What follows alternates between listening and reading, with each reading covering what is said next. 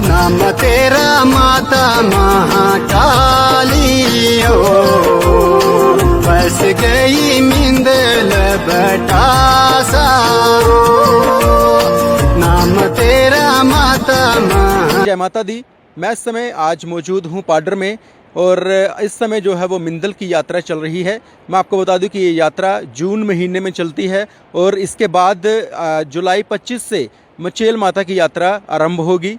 और आज मिंदल के लिए हम निकले हैं। मिंदल यात्रा का क्या इतिहास है और मिंदल का जो देवस्थान है वहाँ पर माता रानी किस रूप में विराजमान है, ये सब बातें हम आपको पूरी वीडियो में बताएंगे। मैं आपको बता दूं ये मेरे पीछे जो रास्ता जा रहा है ये मचेल की तरफ जा रहा है। यहाँ पर मचेल के लिए पैदल जाया जाता है और इस तरफ अगर मैं कैमरामैन को कहूँगा कि यहाँ पर घुमाया जाए तो ये जो रास्ता है ये मिंदल की तरफ जाता है। मिंदल में जाने के लिए हम लोगों को जो है वो गाड़ियों के ज़रिए हम जा सकते हैं, लेकिन मचेल जाने के लिए हम लोगों को पैदल ही जाना होगा।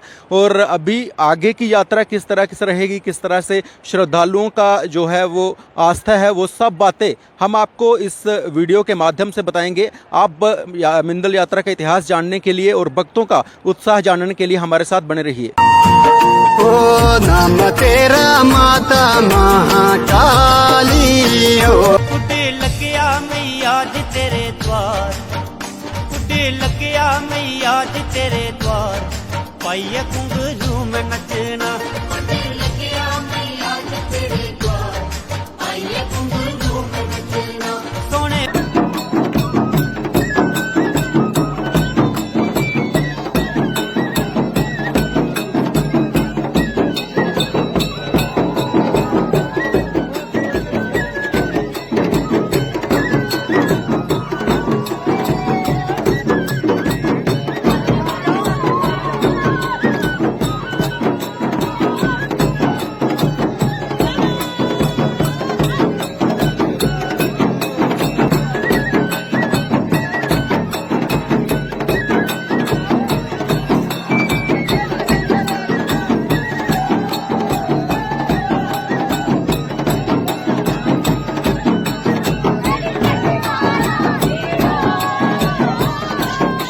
मेरा नाम विपिन है, मैं डोडा से हूँ। मैं 2017 से यहाँ पे मिंदल माता के दरबार में आ रहा हूँ। बहुत अच्छा लगता है हमें यहाँ पे आके और हर साल आएंगे। जय माता दी।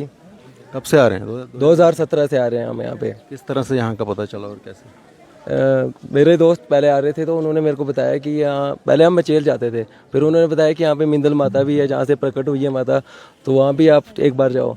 फिर एक बार आए तो अब बार बार आने का मन करता है यहाँ पे, यहाँ से जाने का मन भी नहीं करता है। जी धन्यवाद। आपका नाम? मेरा नाम सौरभ है। आप कहाँ से हो? मैं जम्मू से हूँ। क्या करते हैं आप? मैं जॉब करता हूँ। पहली बार आए हैं? नहीं, मुझे लगभग 15 साल हो गए आते हुए। अच्छा, किस तरह की आस्था आपकी? आस्था तो बहुत अच्छी है माँ के साथ, लेकिन कोरोना महामारी के दौरान जो पीरियड था वो बड़ी मुश्किल से हमने घर में काटा, तो बराबर 3 साल के बाद आज माता के दर्शन करने का मौका मिला। तो यात्रा का भी सार बड़ा बढ़ चढ़ के यात्रा हुई है, क्योंकि 3 साल से भक्तों को जो इंतज़ार था वो भी ख़त्म हुआ। महामारी ने कोरोना को दूर किया, तो हम सबको माता के साथ फिर से मिलने का मौका मिला। मेरा नाम नमन सूदन है, मैं जम्मू से हूँ। जम्मू से? हाँ जी। कब से आ रहे हैं? मैं 2019 से आ रहा हूँ। अच्छा, किस तरह का यहाँ पर आपको फैसिलिटी वगैरह दी जा रही है? सब अच्छा है। और यहाँ पे दर्शन करने आए हो आप तो मतलब सब करना पड़ता है, तो यहाँ पे काफ़ी अच्छा लगता है। माता रानी मनोकामनाएं पूर्ण करती है? बिल्कुल सब पूर्ण करती है माता। आप एक बार मांग के जाओ। देखिए है जो माता रानी के दर्शन लिए और जो नज़ारे देखे हैं वो ऐसे नज़ारे कि अपने आप बंदे को खींच लेते हैं हर साल, और हर साल आने का दिल करता है। सबसे अच्छा ये है कि जो भी कुछ आप मांगोगे माता के। जम्मू से हूँ और मेरा नाम रीटा है और मैं फर्स्ट टाइम माता के दरबार में आई हूँ। मुझे बहुत अच्छा लगा और यहाँ माता के दर्शन करके मतलब बहुत प्यार मिला और बहुत ही अच्छा लगा। रुक देना मेरे पैर,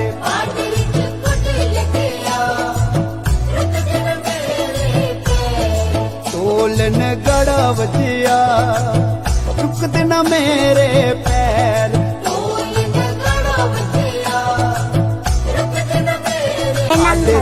कुटी लगे। क्या करने आया? रुक देना मेरे पैर। कैसे होता? और क्या? ढोलन गड़ा क्या करने आया? रुक देना मेरे पैर। कैसे होता? क्या यहाँ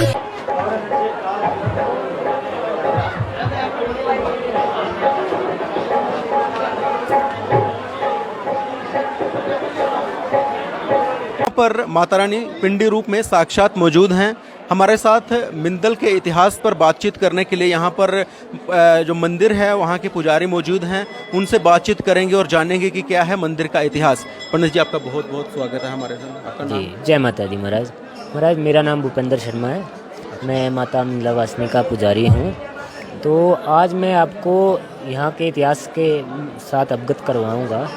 तो कहते हैं, हमारे बुज़ुर्ग कहते हैं कि आज से हज़ारों वर्ष पहले यहाँ इस गांव में कोई घुंघती नाम की महिला रहती थी। तो वो माँ काली की भक्त थी। अच्छा। हाँ, वो बहुत मानते थे माँ काली को, उपासक थे उनके। कई साल पहले, कोई पता नहीं साल का, कोई पता नहीं, हज़ारों साल पहले की बात है। उसके बाद क्या हुआ कि वो माँ काली उनकी भक्ति से प्रसन्न होकर एक रात सपने में उनको दर्शन दिए कि मैं आपके घर में प्रकट होना चाहती हूँ। तो जब वो अगले दिन सुबह उठे ना, तो उनके चूल्हे में से एक छोटी सी शिला निकली थी। तो घुंघती माता ने देखा कि सुबह उठ के जब वो चूल्हे में से राख निकाल रहे थे तो उनके चूल्हे में से एक छोटी सी शिला निकली थी। तो घुंघती माता को कुछ समझ नहीं आया, उन्होंने सोचा कि पता नहीं ये क्या ऐसा पत्थर है। तो उन्होंने जो राख निकालने वाली कड़छी होती है उससे उस पत्थर को दबा दिया। उस समय तो वो पत्थर दब गया। तो 6 दिन तक उसके बाद लगातार वो निकलता रहा पत्थर, वो दबाते रहे। 7वें दिन क्या हो गया कि 7वें दिन फिर वो पत्थर निकल गया। माँ की शिला रूप में थे, निकल रहे थे वो। तो फिर क्या हो गया कि घुंघती माता को समझ नहीं आया कि पता नहीं ये क्या पत्थर सा निकला है। उन्होंने फिर से वो दबाने की कोशिश की उस पत्थर को। तो फिर क्या हो गया कि माँ को क्रोध आ गया। वो पत्थर इतना बड़ा हो गया कि उनका चूल्हा फाड़ के, छत फाड़ के ऊपर निकल गया। ये वही स्थान है जी, ये मूल स्थान माँ का अंदर है। तो उसके बाद क्या हुआ कि घुंघती माता के 7 पुत्र थे। वो यहाँ से 1.5 किलोमीटर एक खब्बल नामक एक जगह है, वहाँ हल जोतने गए थे। तो वहाँ घुंघती माता ने बोला उनको, अपने माँ काली ने बोला घुंघती माता को, आप अपने बच्चों को बुलाइए घर पे। तो घुंघती माता गई अपने बच्चों के पास कि ऐसे ऐसे घर में माँ प्रकट हुई है, तो आप मेरे साथ चलिए। लेकिन बच्चों ने हल जोत रहे थे, तो उन्होंने ऐसे सोचा कि पता नहीं माँ क्या बोल रहे हैं। उन्होंने उतना मतलब इसको इतना गंभीरता से नहीं लिया।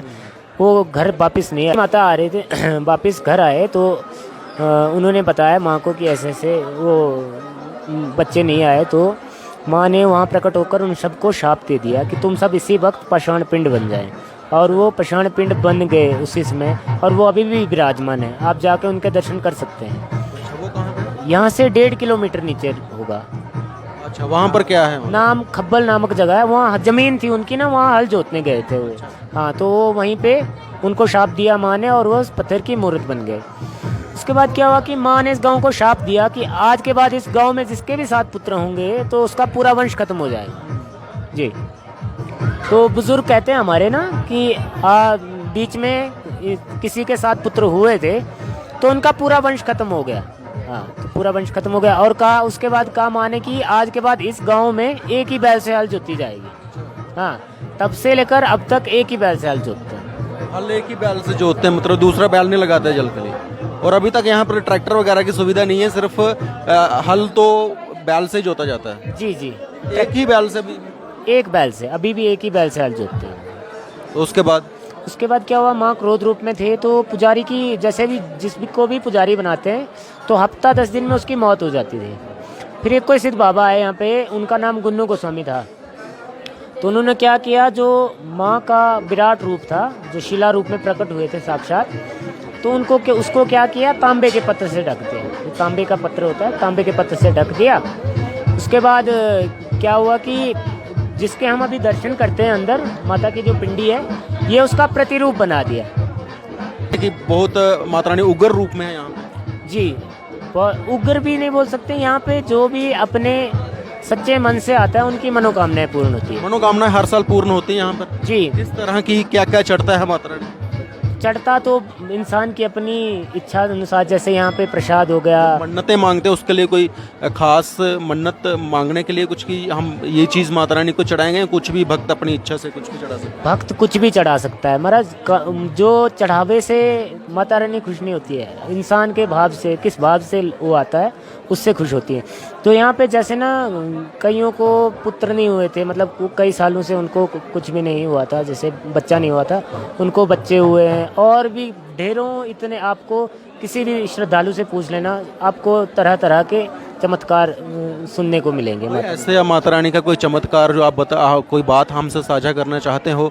और ये भी देखने को मिल रहा है कि यात्रा जो है वो लगातार बढ़ती जा रही है माता रानी की। ये जम्मू कश्मीर से या किसी और जगह से भी, कहाँ से यहाँ फॉरेन के भी आते हैं यहाँ। मेले कितने लगते हैं? मेले वैसे माता के सही मेले जो, वैसे ये तो यात्रा है, छड़ी यात्रा है, वैसे माँ का मेला होता है सितंबर फर्स्ट पूर्णमासी के अगले दिन मिंदल्याच में। उसमें आपको एक चमत्कार बताता हूँ। तो हमारा जो माता का चेला है वो रात को जाएगा अकेले, कोई 12 बजे यहाँ से जंगल में जाएगा अकेले। अच्छा। हाँ, तो एक बड़ा सा पेड़ काट के लाएगा पूरा उठा के, उसको खुद ही रात को 12 बजे, जैसे 10-11 बजे जाएगा तो 2 या 3 बजे पहुँचेगा जी। और उसको पूरे इधर जो प्रांगण दिख रहा है 3 चक्कर लगा के फिर जो हमारा हवन कुंड होता है उसमें फेंकते हैं।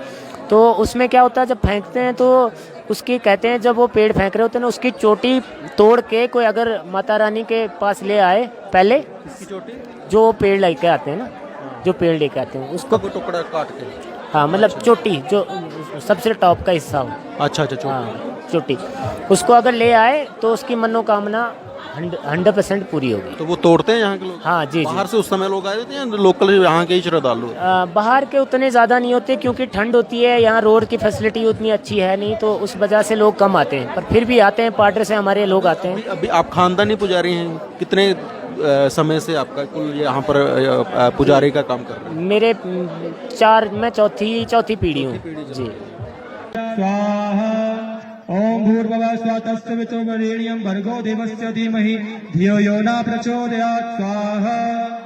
ओम भूर्भुवः स्वः तत्सवितुर्वरेण्यं भर्गो देवस्य धीमहि धियो यो न प्रचोदयात् स्वाहा।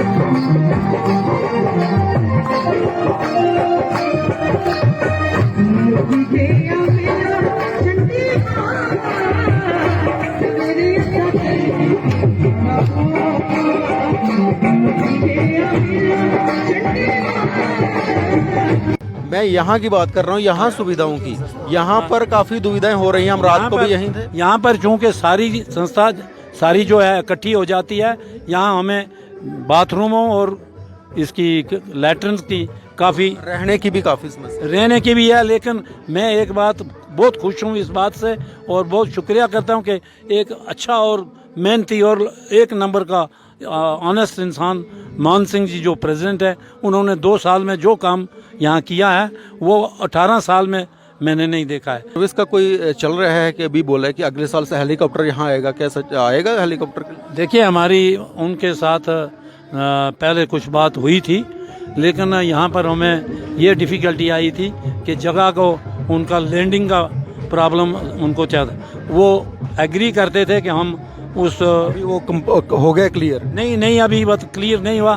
जब तक हमें ये बात यहाँ से, हमने मान सिंह जी से अभी रिक्वेस्ट की है कि आप अपनी कमेटी मिंदल निवासियों से आप लिखित आप उनसे पूरी राय लेकर लिखकर वो मुझे भेजेंगे।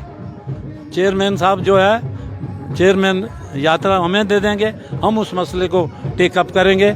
और हमारे पास जो कंपनीज जो हैं, जो गुलाबगढ़ से मचेल जो है हेलीकॉप्टर सर्विस है वो चलाती हैं, उसी बेस पर गुलाबगढ़ से हम मिंदल भी चलाना चाहते हैं। ये थे हमारे साथ संस्था के चेयरमैन साहब, इन्होंने हमारे साथ काफ़ी खूब सारी बातें की। यहाँ के जो छड़ी का इतिहास है वो बताया, यहाँ की जो डेवलपमेंट है उसके ऊपर हमने विचार किया। और एक बड़ी खबर है ये है कि हो सकता है कि आने वाले साल में श्रद्धालुओं को गुलाबगढ़ से मिंदल के लिए चॉपर की सुविधा मिल जाए। हालांकि अभी ये क्लियर नहीं हो पाया है, लेकिन क्यास लगाए जा रहे हैं। और माता रानी से सभी भक्तों की भी यही अपील है कि आने वाले साल में श्रद्धालुओं को जो कठिन रास्ता है उससे निजात मिलने के लिए जो लोगों को गुलाबगढ़ से यहाँ के तक मिंदल तक चॉपर की सुविधा मिल जाए। और एक और मैं बड़ी खबर आपको ये बता दूं कि अगले साल जो छड़ी जो हैं वो तीर्थराम जी उन्होंने अपनी छड़ी से एक किस्म से त्याग दे दिया है, क्योंकि एक तो वो उम्र दराज हो चुके हैं और कुछ फिजिकल फिटनेस ना रहने के कारण उन्होंने अपना ये फैसला लिया है। और उनके बड़े बेटे जो हैं वो उसके बाद ये आगे से अगले साल से छड़ी चलाएंगे और उनके साथ इनके छोटे भाई और जो भी इनके सहयोगी हैं वो सहयोग करेंगे। और हमें उम्मीद है कि जिस तरह से ये यात्रा पहले चल रही थी उसी तरह से सुचारू चलेगी और उनके जो बड़े बेटे को एक बड़ी जिम्मेदारी दी गई है वो उसको पूरी ईमानदारी और पूरी निष्ठा के साथ निभाएंगे। आपको भी हमारी तरफ से बहुत बहुत शुभकामनाएं। ये थे हमारे साथ संस्था के चेयरमैन साहब, इन्होंने हमारे साथ काफ़ी खूब सारी बातें की, यहाँ के जो छड़ी का इतिहास है वो बताया, यहाँ की जो डेवलपमेंट है उसके ऊपर हमने विचार किया। और एक बड़ी खबर है ये है कि हो सकता है कि आने वाले साल में श्रद्धालुओं को गुलाबगढ़ से मिंदल के लिए चॉपर की सुविधा मिल जाए। हालांकि अभी ये क्लियर नहीं हो पाया है, लेकिन कयास लगाए जा रहे हैं और माता रानी से सभी भक्तों की भी यही अपील है कि आने वाले साल में श्रद्धालुओं को जो कठिन रास्ता है उससे निजात मिलने के लिए जो लोगों को गुलाबगढ़ से यहाँ के तक मिंदल तक चॉपर की सुविधा मिल जाए। और एक और मैं बड़ी खबर आपको ये बता दूं कि अगले साल जो छड़ी जो हैं वो तीर्थराम जी उन्होंने अपनी छड़ी से एक किस्म से त्याग दे दिया है, क्योंकि एक तो वो उम्र दराज हो चुके हैं और कुछ फिजिकल फिटनेस ना रहने के कारण उन्होंने अपना ये फैसला लिया है। और उनके बड़े बेटे जो हैं वो उसके बाद ये आगे से अगले साल से छड़ी चलाएंगे और उनके साथ इनके छोटे भाई और जो भी इनके सहयोगी हैं वो सहयोग करेंगे। और हमें उम्मीद है कि जिस तरह से ये यात्रा पहले चल रही थी उसी तरह से सुचारू चलेगी और उनके जो बड़े बेटे को एक बड़ी जिम्मेदारी दी गई है वो उसको पूरी ईमानदारी और पूरी निष्ठा के साथ निभाएंगे। आपको भी हमारी तरफ से बहुत बहुत शुभकामनाएं।